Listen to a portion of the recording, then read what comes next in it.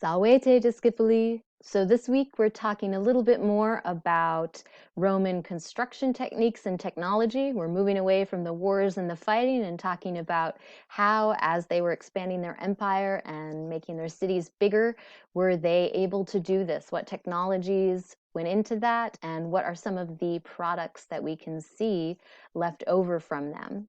So one thing that we can see in Rome is the remains of the Roman Forum. Now, a forum in ancient Rome was the center of the city. This is where all the main activities for daily life pretty much would take place.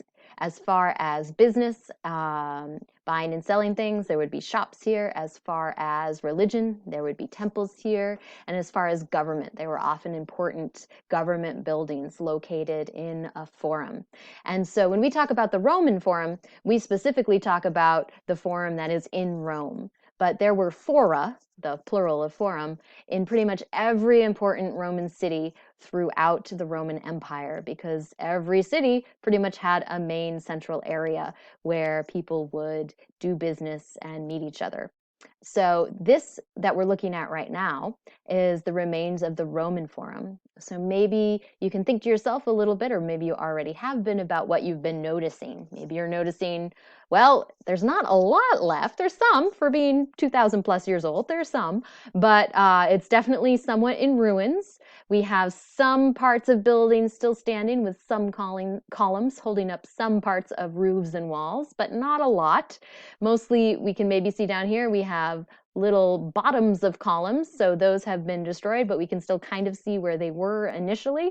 And we can also see back here, we've got something that looks like part of a temple, but also maybe has some additions on it. One of the ways that a lot of ancient Roman buildings were preserved was they ended up getting turned into churches.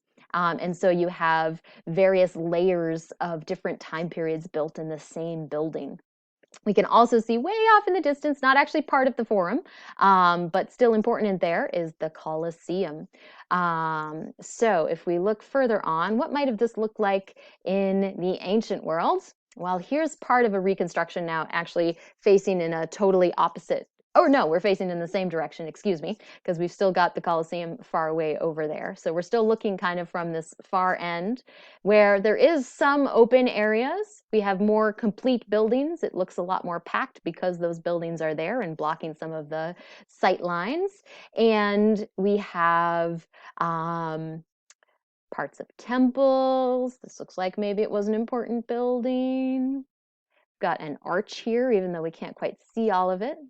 From another angle, looking back up, we have some different heights of things. So the Roman Forum was actually built in what was originally a swamp, and it was sort of lower down elevation-wise, and there were hills around it. Remember, Rome was the city of 7 hills, and this is one of the hills where, particularly the Capitoline, we have a temple to Jupiter Optimus Maximus up there. We have some columns down here. We have some open areas. We have another look at a arch. Arches were often built by generals coming back from wars, and they were just signs of their awesomeness, basically. Sometimes they're called triumphal arches because they are celebrating a triumph or a successful battle. We have a more square official looking building that might have been a treasury building, and we have some things that look like more traditional temples. If we move over here, we're looking at this from above and far away in reconstructed form. And again, a pretty common thing in a forum was a big open area where people could congregate and meet. Notices could be given. We have basilicae, or we might say in English, basilicas, which were courthouses. We have lots of smaller temples. It looks like there's some planning that went into it. It's kind of built partially on a grid, but not totally.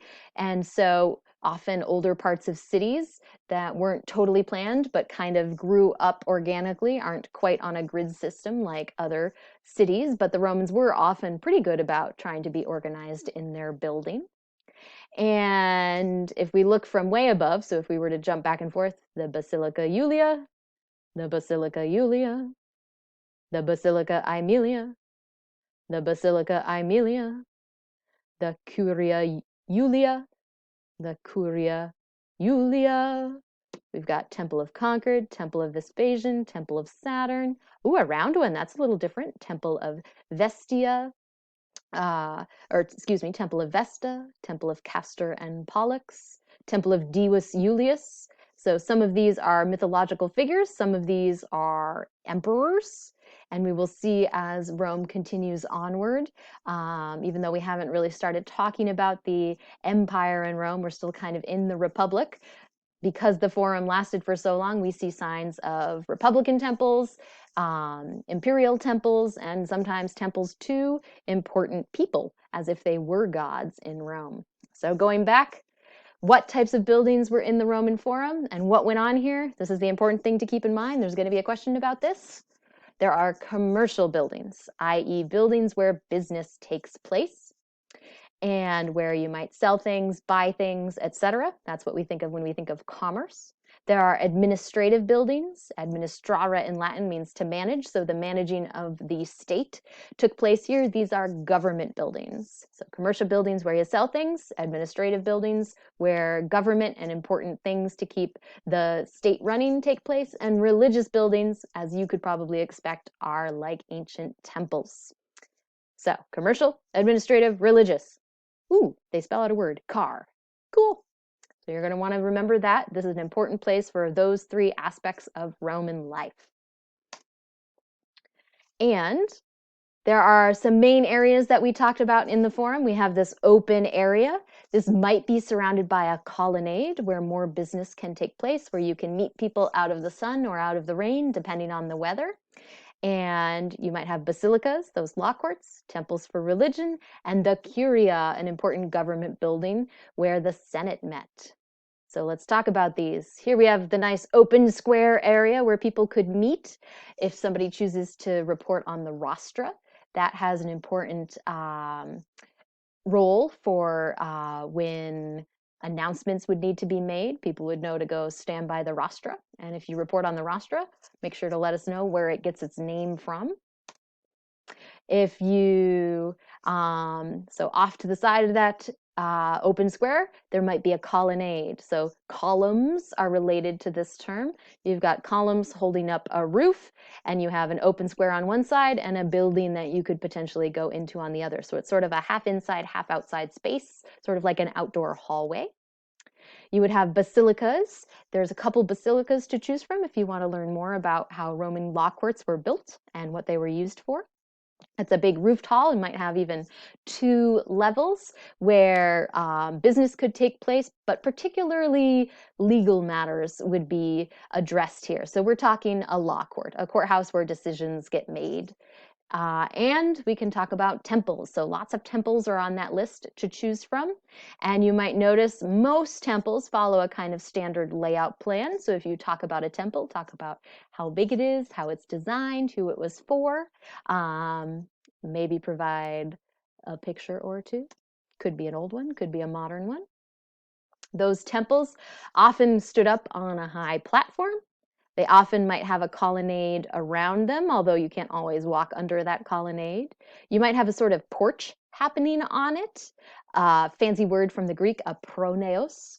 And you also might have a cella inside of the building, sort of the shrine, the important place where religious activities would take place. So here's some more examples of Roman temples, what they look like now in some instances. Some had been changed, some have been walled in, some don't exist much anymore. The very famous Pantheon, which hopefully you've already seen a little video about, how it has that big, beautiful dome, which is one of those uses of the arch, but in like circular form, where if you were to make one arch, but then turn it around, and the hole in the top is sort of like a keystone by that circular area, which is sort of a wild thing, and a pretty impressive fact that that is such an old building that still stands all on its own, a really amazing feat of architecture.